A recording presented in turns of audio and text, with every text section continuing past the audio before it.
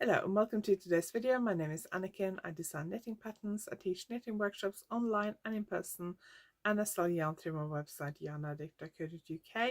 You can find all the links to any videos I mention and anything else I mentioned below this video, as well as the links to my social media and how to sign up to my newsletter. Welcome to today's video. Today I'm going to talk about a few things to think about. I think there are about 6 or 7 things to think about when it comes to starting a new project. So my kind of advice for how to have a successful project, some of the things you might want to think about before you even pick up your knitting needles. Let me know if you agree with these, if you have anything else you would want to add, or if you have tried some of these, made mistakes regarding some of these. Do let me know your opinions below this video, and if you like this video, give it a thumbs up, and if you haven't subscribed yet, please consider subscribing. So the first thing I would say is to choose the right yarn. If you can't use the yarn recommended in the pattern, then think about the following 3 things. You want to think about the fibre content. It's a good idea to choose a fibre content that's similar to the original yarn. A garment knitted in pure wool won't look the same as a garment knitted in pure silk, for example. So there may be reasons why you may need to choose a different yarn. You might be allergic to certain fibres, or be very sensitive to certain fibres, or not want to knit with certain fibres. So if you need to choose something else, that's fine. But do bear in mind about how that fibre content may affect the final result. I do talk a lot more about this in my video on how to substitute yarn in a project. I will link that below this video, so do go and check that out if you haven't already. Also think about yarn thickness. If you have a pattern that's written for a DK yarn and you think, well, I really like knitting with 4-ply yarn, yes, you may be able to substitute it. You may be able to just choose a different size and knit it in a thinner yarn, and it might be successful, but it may not. So do bear that in mind as well. Try and make sure you get the right yarn thickness. Now, different countries around the world have different ways of classifying their yarn. There is no kind of standard really, but the best way to make sure your yarn is a similar thickness is to look on the label and look at the number of meters per 50 or 100 gram ball, depending on what the size of the ball or skein is, and then go for a yarn that has similar number of meters. If you have a yarn that has about 200 meters per 50 gram, if you choose a yarn that has a similar meters per 50 gram, it should be roughly a similar thickness. How it's spun, how many plies, which is how many strands are spun together, and what kind of fibre it is, will also impact how thick it looks and how many meters you get per 50 or 100 grams. And also you want to think about colour. Obviously you want to choose the colour you're going to like and you're going to wear, or the person you're knitting for it is going to wear. I think it's easy. I see people do this a lot when I do yarn shows.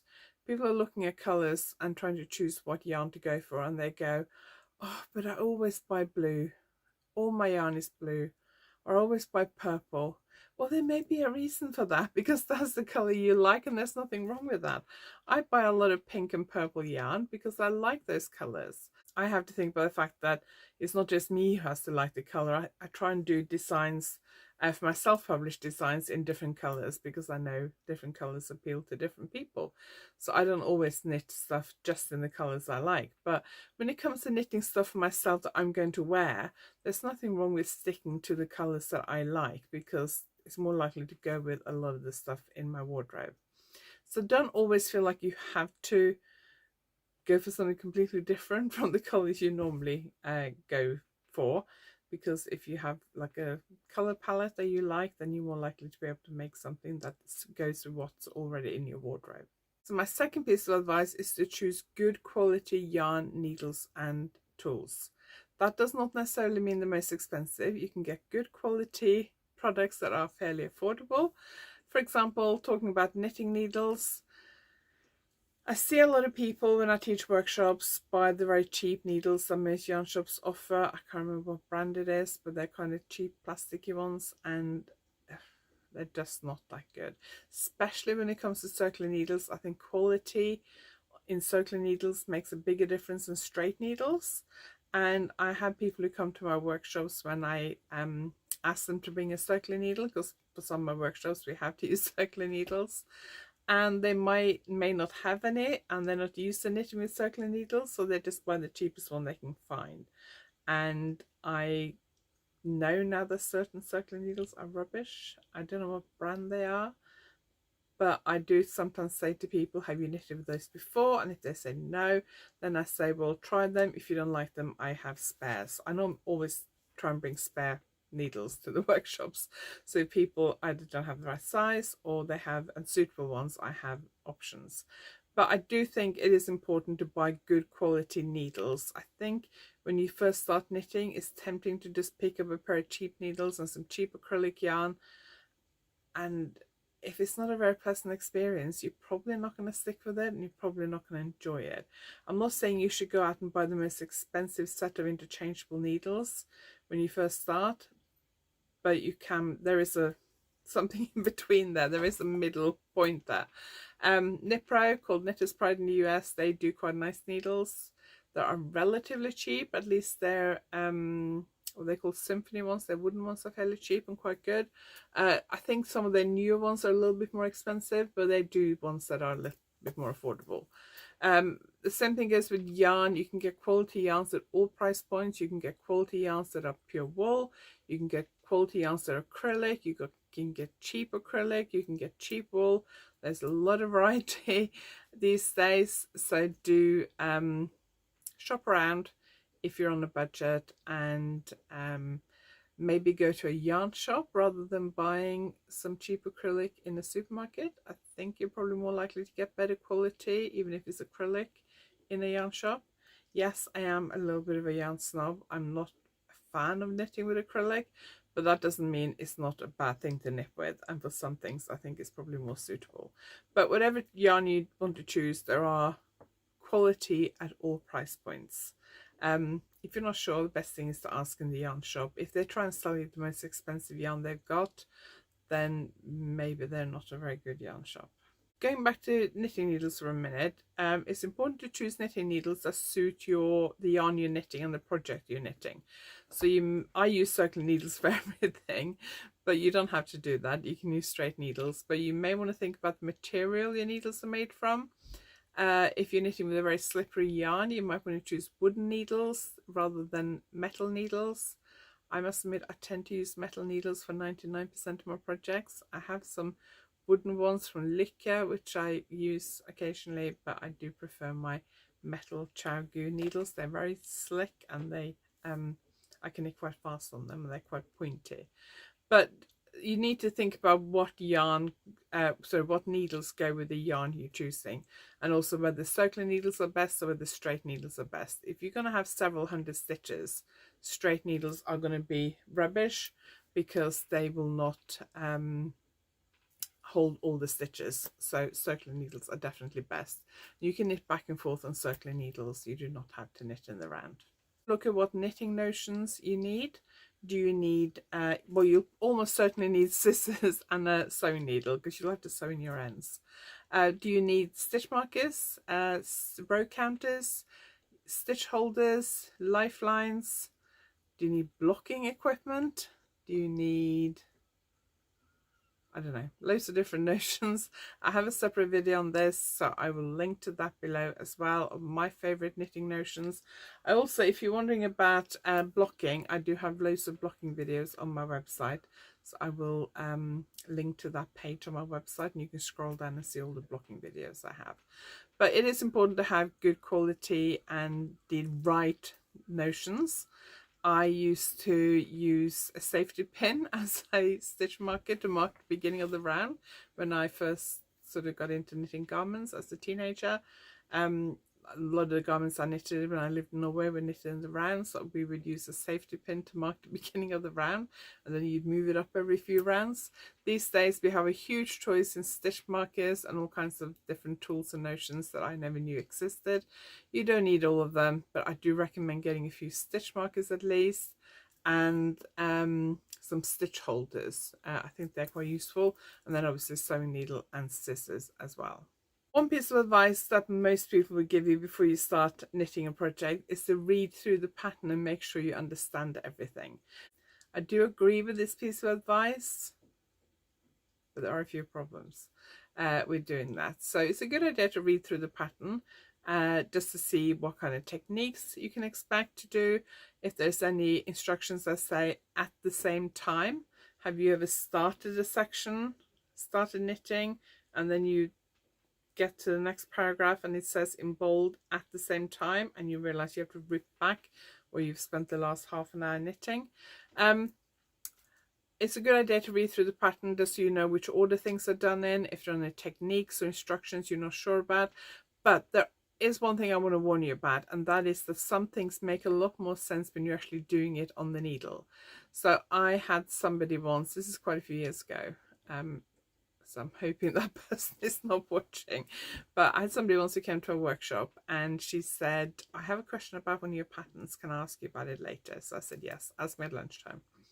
And she said, I was going to start this like a month or two ago, but I thought I would ask you rather than emailing you. And she said, I think the cast on number is wrong for every single size, which would be a pretty badly written pattern. If I got the number of stitches to cast on wrong for every size, that'd be pretty bad. And what happened was that the stitch pattern, it was a lace pattern, and say it had 10 stitches in each repeat, it had 2 increases, i.e. yarn overs, and 1 decrease, and then on the wrong side row it had 1 decrease. So at the end of each right side row you would have 1 more stitch per pattern repeat than you had when you cast on, and at the end of the wrong side row you're back to the correct stitch count. And there was a note about this in the pattern pointing this out, but she obviously didn't understand what that meant, and she didn't cast on and try it. She just thought that the cast on them for every size was wrong, but it wasn't. And I think she felt a bit foolish when she realised that. And I did say to her, next time email me, because I could have replied and you could have been casting on and been halfway through this jumper by now. But so there are some things that make more sense when they're on the needles. If she'd cast on and started knitting the first row, she would have realised that she had the right number of stitches. And there are other techniques as well that make more sense when you're actually doing them. So if you're reading through the pattern and there's something that doesn't make sense, don't worry about it too much. Try and see what it looks like when you come to knitting it. And obviously there are some techniques that you can look up online. There are loads and loads of tutorials out there, video tutorials, written tutorials. There are probably more video tutorials these days. You may have knitting reference books that you can look at.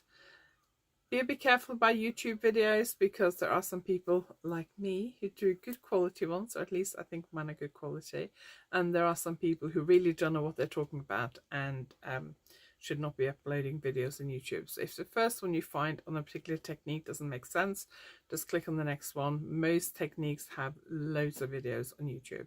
I have a whole page on my website dedicated to videos, so do check that out if you haven't seen them before. The big elephant in the room is usually tension.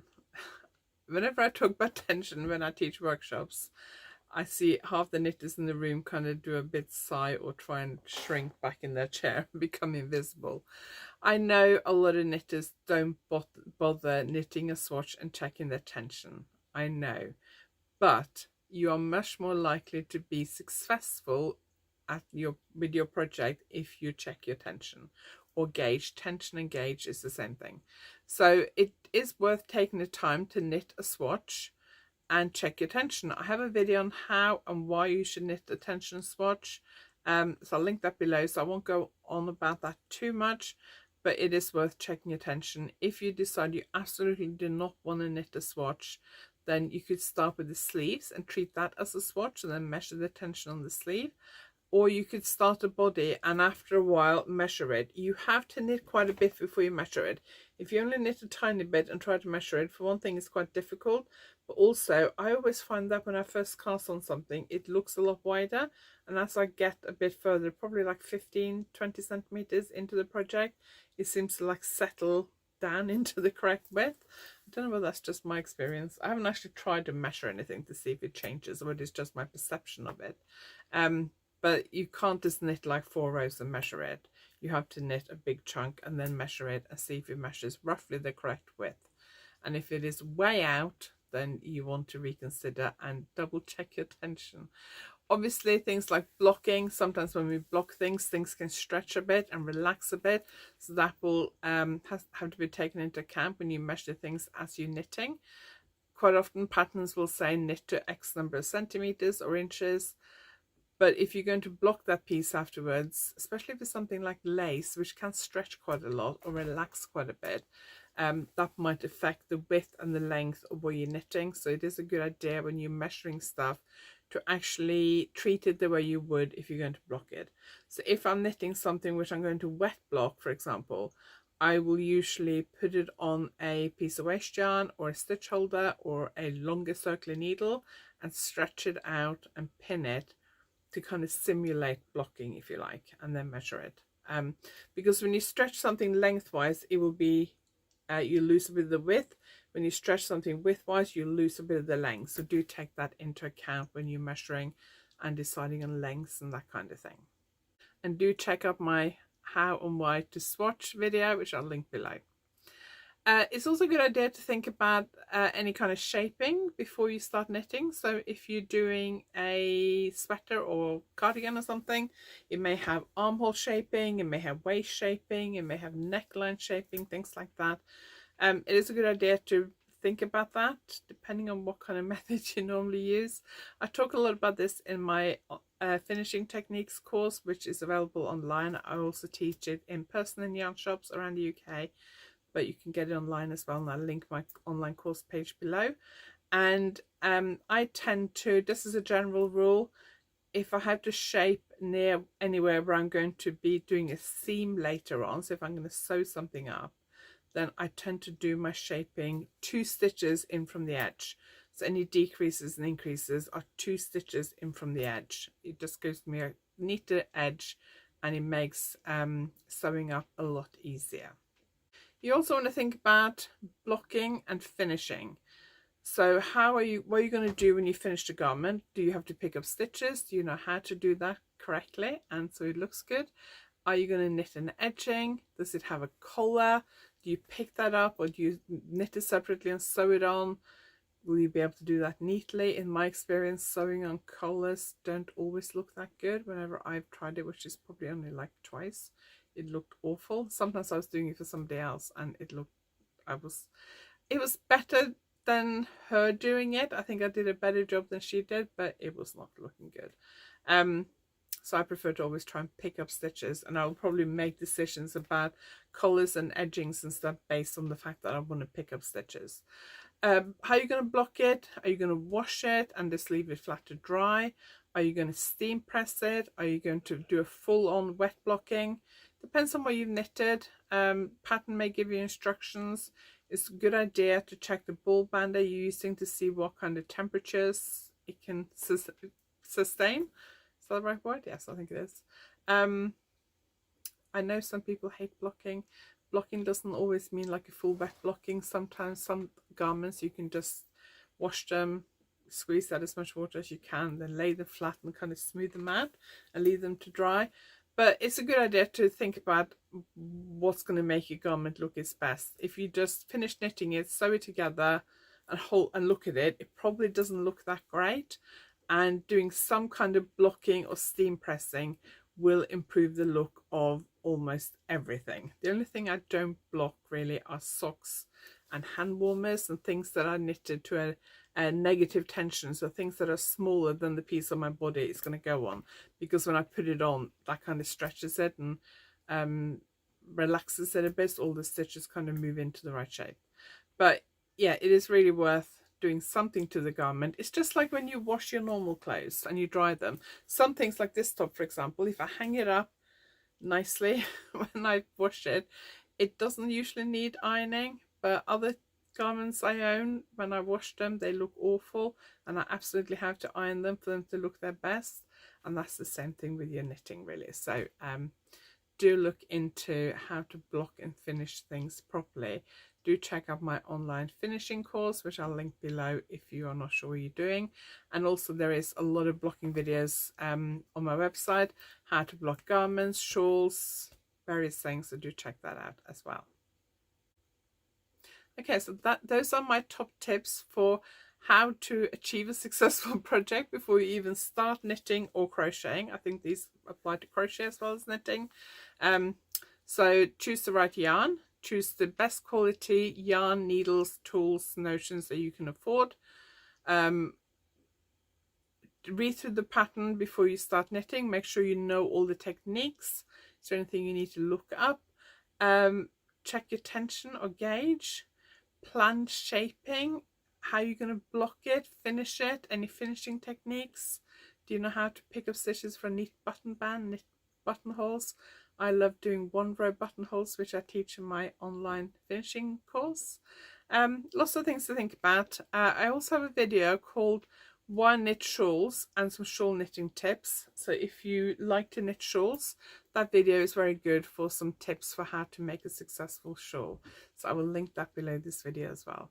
Thank you very much for watching. I hope you enjoyed this video. If you liked it, please give it a thumbs up. If you haven't subscribed yet, please consider subscribing and leave me a comment and let me know what you agree with and what you disagree with. Thanks for watching, and I'll see you next time.